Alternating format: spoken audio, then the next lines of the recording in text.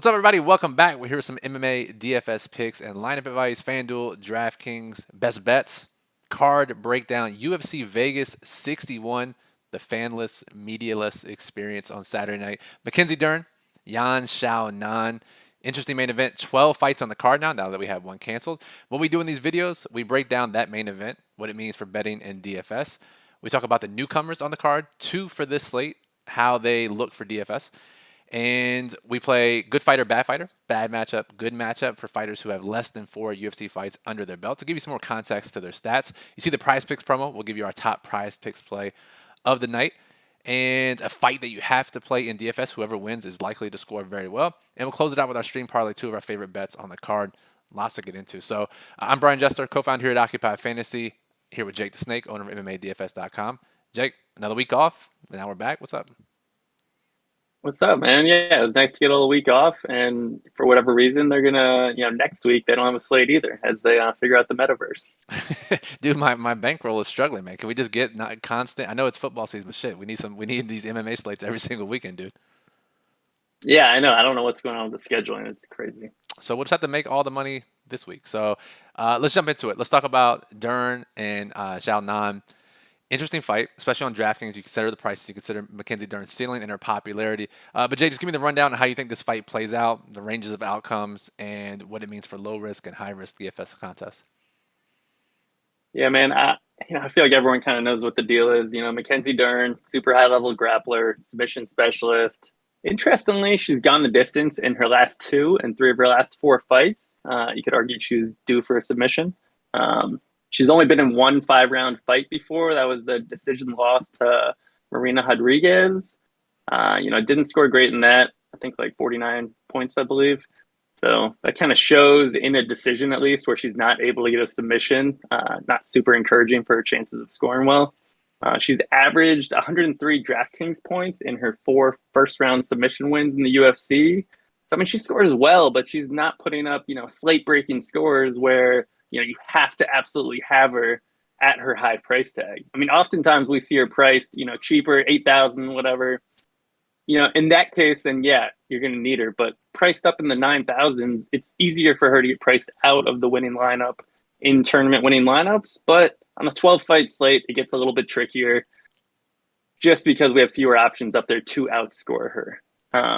One thing that I thought was interesting, in her 4 submission wins, she's only landed 1 combined takedown in those 4 victories, which, again, just kind of shows that, takes away from her ceiling. And even in her 9-fight UFC career, she only has 3 total takedowns. I mean, she's out there pulling on people's limbs, just trying to tangle herself up, ball on the mat, doing whatever she can to get to the ground. But she's a 9% takedown accuracy. So she's not the type of grappler that's going to pad her score with a ton of takedowns, which super reliant on getting the submission to score well. And then on the other side, we have, Yan, 33 years old, coming off 2 straight losses. She'd been 15-1 prior to that little 2-fight skid, coming off kind of a questionable decision loss to also Marina Rodriguez, where a lot of people thought she won that fight, just a 3-round fight. This will actually be Jan's first 5-round fight of her career, so we don't really know what her cardio is going to be like in the later rounds, but we have no reason to think she has bad cardio. One kind of red flag with her in her second most recent loss, she just got mauled on the mat by Carla Esparza. Not a good look when you're going against another grappler, but Esparza's a wrestler, Dern's a BJJ grappler, 2 different types of fighters, but still not super encouraging for Jan's chances if she does end up on her back. She's really more of a striker. But if she can keep the fight standing, she is a better striker than Dern. So that's kind of her path to victory, is just keep it standing, beat Dern up on the feet. Don't let her take you down. Don't let her, hop on your back on the feet. So, I mean, she does have a clear path to victory. And I think if the fight goes the distance, I think Yan has a pretty good shot at outlanding her way to victory. And at her cheap price tag, pretty good chance she would end up in the tournament winning lineups there. But for high risk, I don't really think you have to play one. If Yan ends up winning, sure, she's probably going to end up in the tournament winning lineup. I mean, slight chance of a bunch of dogs win, she could still get outscored. But if Dern wins, pretty good. I don't know what the exact odds would be, but I would say there's a decent chance she gets outscored. She could score 100 points and still not be in the tournament winning lineups, but it's a fine line, obviously. And there's definitely, on a slate like this where we don't have a ton of great options at the top, definitely ways that she scores 100 and is in tournament winning lineups. So as one of the higher owned fighters on the slate, a little bit of a tricky spot, but I think you can almost treat it more like a 3-round fight from Dern's perspective. And then Yan would be a dog where if she wins, she's gonna probably end up in the winning lineup. And low risk, it gets a little bit weird because if Dern gets a first round sub, she scores what, 95, 100, maybe 105 points. Yan scores potentially 0. That makes it a hard fight to stack in low risk contests. So I think it's overall a bad low risk week for that reason, because not only Yan might score 0, but Dern might only score 100, so the combined score is going to be less. And if Dern gets a second round submission, even lower. I think it's a tricky week for low risk for that reason. So you can play low risk, but I wouldn't stack the main event in low risk this week. Dude, it's tough. It's one of the rare fights in 5 rounds where it's both a low ceiling and a low floor, which you might think, how is that even possible? Right. But this fight certainly encapsulates that. And, Dern's ownership is not going to be suppressed whatsoever. Like you said, only 12 fights, not that many enticing high ceiling fighters at the top. And as a result, we know the field gravitates towards high inside the distance rates. And because Dern is very likely a submission here, she's going to be very popular despite her ranges of outcomes are pretty tight. It's not like it's like you said, Jake. It's not like she can score 130 or 140 like most fighters. She can't do that. So I think there's no question that her optimal rate is lower than her projected ownership. Definitely. Cool. All right, so let's move on and let's talk about the newcomers.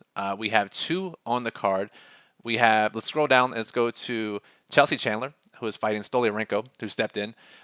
This is a catchweight, right, Jake? So talk to me about Chandler, her style of fighting, what it means for DFS, and her chances in this one. Yeah, so I think Chandler is a pretty interesting prospect. She's only 28 years old, only has 5 pro fights, 4-1. She's never been finished. She lost her pro debut and has won 4 straight. 2 of her last 3 wins have come early. She's just kind of like a really aggressive brawler, kind of bullies her opponents. Aggressive striker, looks for takedowns, just tries to slam opponents' elbow or heads through the mat with her elbows. I mean, just a really aggressive fighter, which is what you want for DFS. She's going to come out swinging. She's going to look to take people down. I would say the one concern is in this fight, she probably doesn't want to look for takedowns. She's a BJJ purple belt going against an armbar specialist in Stoliarenko, who recently got her black belt. So I think that Chandler can absolutely win this fight on the feet. I think she has the striking to do it, but I think this matchup will probably limit the amount of grappling she wants to go after. Fair enough. All right, and then we scroll down to the very bottom of the pricing board. We have Sheinisch, who is stepping in against Sadiq Youssef. And Sheinisch just barely made weight today, Jake. I know he's a massive underdog here, but we're not really looking to play him this week unless there's something you see in the tape. But is he one of those guys, maybe his second fight is someone that will target? Yeah, I mean, he has an interesting fighting style, I think, for a DFS perspective, but not so much in this matchup. He comes into every fight, like literally every fight is like Groundhog Day for him. He comes in, looks for a takedown, looks for ground and pound, really good at getting opponents out of there on the mat. The guy's really short. He's only 5'6". He's fought at 145 and 155. This fight's at 145. He definitely struggled to get down there a little bit. Just barely made weight, had to bring out the Don Shane bucks, and then he hit the 146. But he was the last one to weigh in by quite a wide margin. So you could tell he was happy to make weight. So not super ideal going into a really tough matchup. By far the biggest underdog on the slate. I believe he's plus 675 right now. I mean, Youssef is a negative 1,100 favorite. I mean, just the odds makers are giving this guy no chance. I think he is a guy in his second fight, but, just that style of takedowns and ground and pound. If you can get an easy matchup in the future, more time to prepare. I mean, he stepped into this on like 17 days notice. Really not ideal for your UFC debut, but he's 9-1 in his last 10 fights. I think he has 3 straight first round TKOs. I mean, he does what he does, but I don't think this is a great matchup for him to execute his game plan. But yeah, definitely a guy I think we'll look at in the future. I mean, we love those spots, right? The guy scores 4 points in his debut, and then hopefully he gets a newcomer next or something like that, and we end up hammering him at low ownership. So let's just cross our fingers for that instead. And maybe if you want to get risky in high risk contests, you can play him. But again, very large odds here. All right, let's talk about fighters that have less than 4 fights under their belt. You'll just say if they're a good fighter or a bad fighter, if it's a good matchup or a bad matchup, give some context to the stats. So, Jake, if we start from the top, the Ricci fight is canceled. Obviously, we have John Castaneda, who is a favorite fighter of mine. Just 3 fights under his belt. Yeah, I think he's a good fighter. I think it's a tough matchup. Santos has never been finished. He's coming into his second fight, which historically, fighters do better in that spot. I mean, Santos just couldn't land anything in his last fight. He threw like 250 strikes and landed like 49 or something. It was like a 21% striking accuracy. It was just absolutely one of the worst efficiency rates I've ever seen in terms of striking. But he does throw volume. He's durable. So for that reason, I think it's a bad matchup. So what about if you flip this around? Is Santos a good fighter or a bad fighter? And is this a good matchup or a bad matchup for DFS? I can't call him a good fighter because he hasn't really shown much in terms of grappling, and he misses on 80% of his punches. Got a really short reach. He trains with Oliveira, at Shoot a Box. So, I mean, he's got good training partners. I think he's dangerous. He loves like spinning attacks, but he doesn't connect on that many of them. I mean, that's part of why his efficiency is so poor, is because he's always throwing these low percentage spinning attacks. So he's going against a good fighter in Castaneda. I think it's a tough matchup for both guys. They're both super durable. It's going to be hard for either guy to get a finish. I think Castaneda is a smart tactical fighter who's going to try to control the distance, not get clipped with these crazy spinning attacks. So I think it's a bad matchup for both guys. Okay, fair enough. Scrolling down, 8,600. Another matchup with 2 guys who have less than 4 fights under the belt. Mike Davis, good fighter, bad fighter, good matchup, bad matchup, and the same for his opponent, Borschev. right. What's Slava? I was trying to think of his nickname, so Mike, and I was gonna say Slavy Claus. Is that even right? I can't remember what his nickname yeah, was. yeah, Slava Claus. There we go. Okay, so Mike Davis versus Slava Claus. What we got here? I think Mike Davis is a good fighter. It's a tough matchup, man. I mean, Slava Claus is the kickboxing coach of Team Alpha Male. He's a really good striker. I mean, the guy's like your sleeper Honda Civic. He shows up, doesn't look like much, and then just like takes off from the line. He's just throwing daggers to people's kidneys out there. So I don't know, man. I think it's going to be a crazy brawl. So it's kind of a fun matchup. It's definitely not an easy matchup, but I think Davis is a good fighter. Okay, and is Borschev a good fighter as well? I think I know what you're gonna say. He's a good fighter at what he does. Yeah, I mean, he's so one-dimensional. Like, he just got destroyed on the ground by Mark Diakese in his last fight, which, totally expected. Like, Mark Diakese was one of our top plays for that fight because Slava is just so bad on the ground. But when he faces guys that aren't going to capitalize on that, I think those are the matchups where he's going to excel. And Mike Davis does have a wrestling background, but he doesn't really, I mean, he'll shoot for takedowns, but he's not a control time guy. He'll like get a takedown and then go back to brawling for a little bit. So I think that Davis probably will take Slava Claus down a few times in this fight, but I don't think he's going to sit there and lay on him the way Mark Diakese did. So yeah, I mean, I think that kind of sums it up. That like, yeah, he's a good striker. He's a terrible grappler. I think this is a good striking matchup. You never know. Maybe a guy like Davis is like, I'm just going to take this guy down 10 times. It's not worth it. But I don't really think that's how it plays out. Fair enough. All right, scrolling on down here, we have, let's see, Grishin, he's got 4 fights under his belt. I guess we're scrolling down to Jesse Ronson, and because technically he has more than 2 UFC fights, but he was in the promotion, left, came back. Just 2 fights in the promotion since 2020. So is he a good fighter, bad fighter, and what's his matchup like? Yeah, I don't think we can call him a good fighter. He's got 2 fights since coming back. One of them, he got a first-round submission against Nicholas Dalby, and then gets popped for PEDs, gets suspended for 20 months, comes back, looks really bad against Rafa Garcia in his last fight. In fairness, he took an illegal knee to the head and then got submitted shortly after. So, I mean, maybe you cut him a break there, but he's 36, he's already got the PED suspension. But I think it's a great matchup. I think it's such a good matchup that you have to like Ronson here, even if you think he's on the way down. And the guy's historically been a finisher. So, I mean, maybe that was the PEDs. I mean, who knows? Maybe he's back on the PEDs. We don't know. It's a good point. All right, what about Philippe Lins? Yeah, I think he's a bad fighter in a bad matchup. All right. Doesn't get much worse than that. All right, let's move on, and let's talk about a fight that you have to target in DFS. Whoever wins is likely to score well and be in tournament-winning lineups. Who you got, Jake? Man, I got a few different options here, and they'll all be in the plug, but I think the one that I'm going to give out is going to be the semi-obvious one because I want to keep the sneaky one in the plug. It's going to Yeah. be Randy Costa versus Canetti.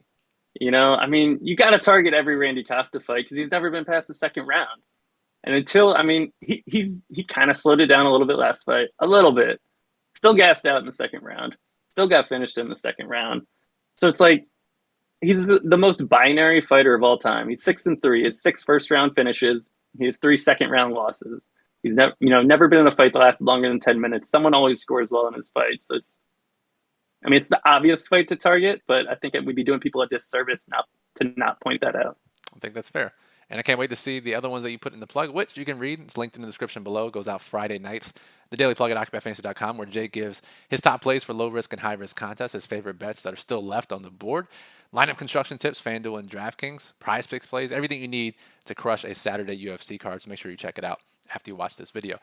Prize picks, speaking of that, you see the 100% deposit match bonus here. Use promo code OCCUPY up to $100.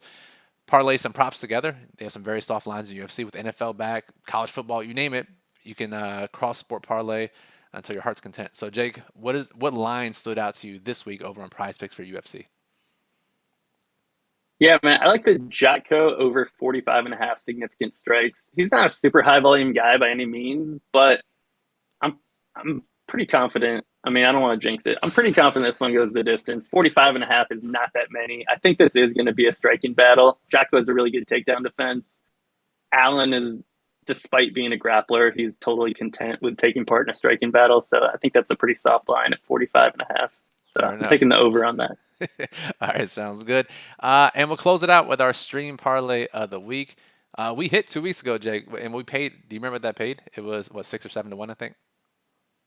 Yeah, it was just over 6 to 1. All right, we'll take it. So now we got to run it back. So speaking of Ronson, whether he's on the PEDs or not, who knows? I like him inside the distance here, Jake. That'll be my side of the stream parlay here.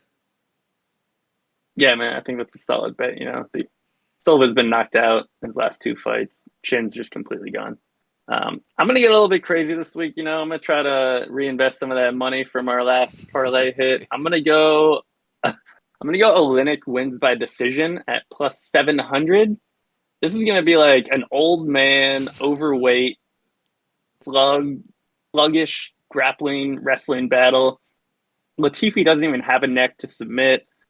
Latifi, I think he's landed 15 significant strikes in his last 30 minutes of action. So, I mean, maybe he knocks Olynyk out, but man, plus 700 for the guy that's going to be more active in this, I mean, just kind of ridiculous over-the-hill fight. I mean, I think you have to like it. And if you really want to get crazy, I think Olynyk by split decision at plus 2,200 is also in play, just because Latifi, when he gets on top of people, he just lays there. And then at that point, judges, they don't know what to do. So I think those are both interesting. But let's go with the regular decision. That'll be plus 2,700, so 27 to 1. And if you go with split decision, it would be plus 79.50, so almost 80 to 1. So there are your options if you want to get wild with Olynyk winning decision. Which, in fairness, he has one decision win in the UFC in 16 UFC fights. So he's due. It's not a safe parlay, but. He's due. I think it's a good one, though. And that decision win came in a split decision over Fabricio Verdum, another, aging heavyweight grappler that, kind of fits the bill just like this one. Interesting setup. I like it, Jake.